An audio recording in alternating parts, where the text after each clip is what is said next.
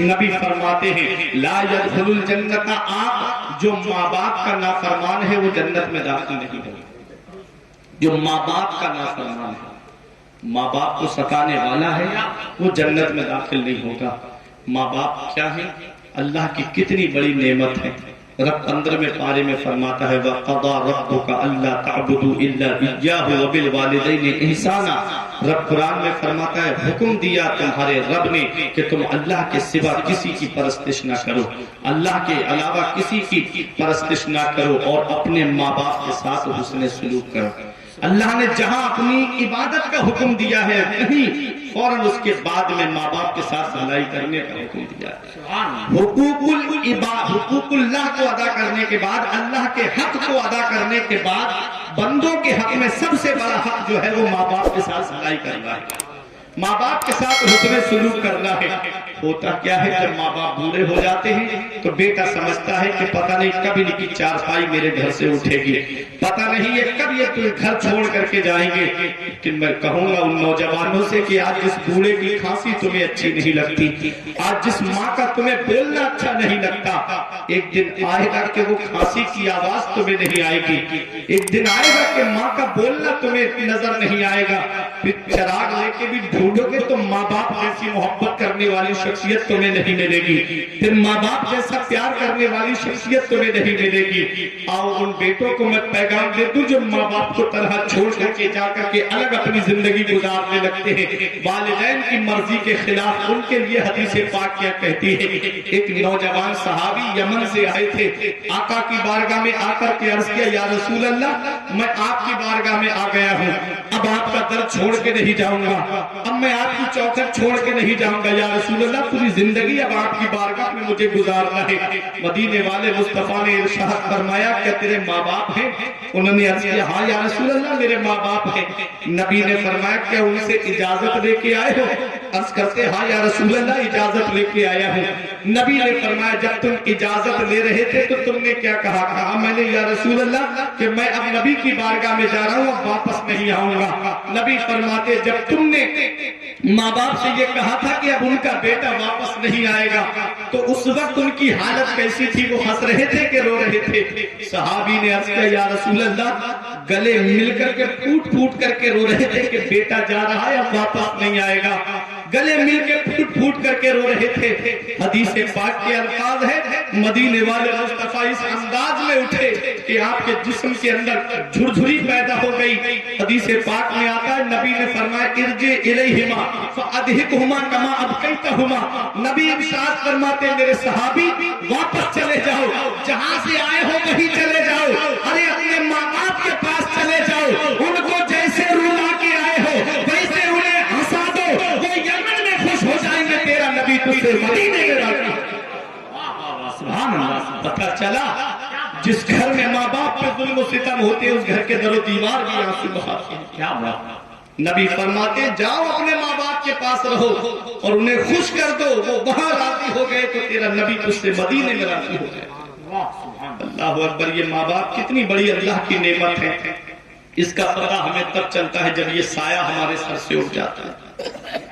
آج ماں باپ کو ہم نہیں سمجھ پاتے، پتہ تب چلتا ہے نا آدمی جب خود باپ بنتا ہے، جب خود کی اولاد ہوتی ہے نا تب پتہ چلتا ہے کہ باپ کیا ہوتا ہے اور ماں کیا ہوتی ہے۔ ہم نے دیکھا ہے، دنیا کا جائزہ لیا اور ہمارے اوپر بھی گزری ہے، جب ہماری بچی کا انتقال ہوا تو تب پتہ چلتا ہے کہ باپ کیا ہوتا ہے۔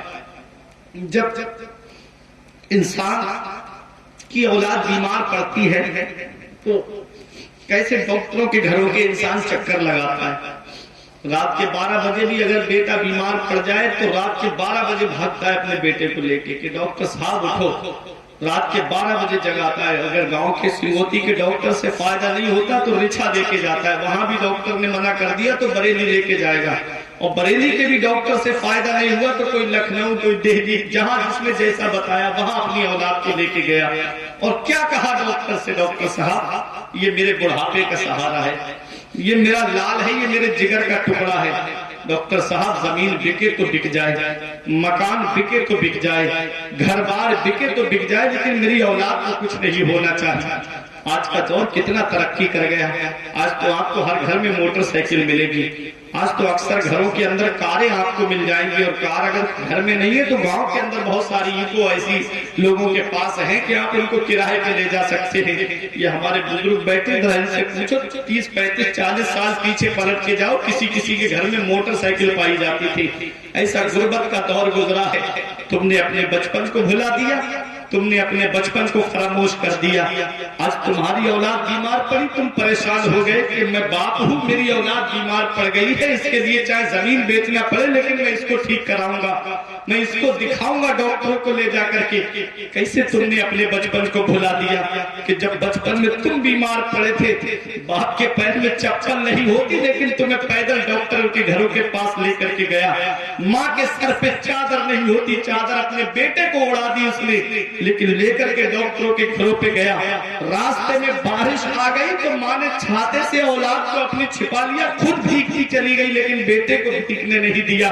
آج وہی بیٹا جوان ہو گیا, 4 پیسے کیا کمانے لگا, نئی نویلی دلہن کے قدم گھر میں کیا آ گئے, وہ بوڑھے ماں باپ اسے برے لگنے لگے.